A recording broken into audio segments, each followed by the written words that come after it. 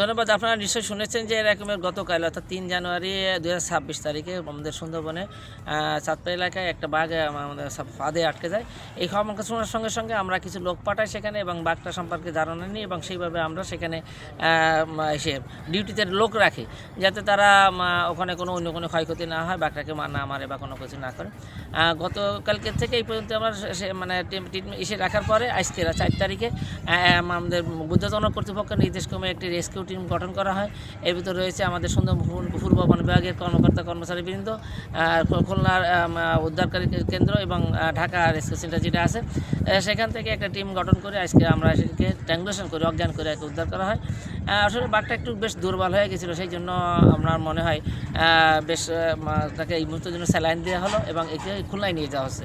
খুলনায় নেওয়ার পরে আমরা সেখানে উদ্ধার কেন্দ্রে যেখানে আছে সে বন্যপ্রাণী উদ্ধার কেন্দ্র সেখানে আমাদের চিকিৎসা করা হবে। সবাই দোয়া করবেন যেন বাঘটা সুস্থ হয়ে ফিরে আবার বনে ফিরে আসতে পারে। আর আমরা যেন এমন ধরনের কাজ আর না করি, সবাইকে এ ব্যাপারে উৎসাহিত হওয়ার জন্য মানে যাতে আমরা না করি সেই কাজটা করার জন্য চেষ্টা করবেন সবাই।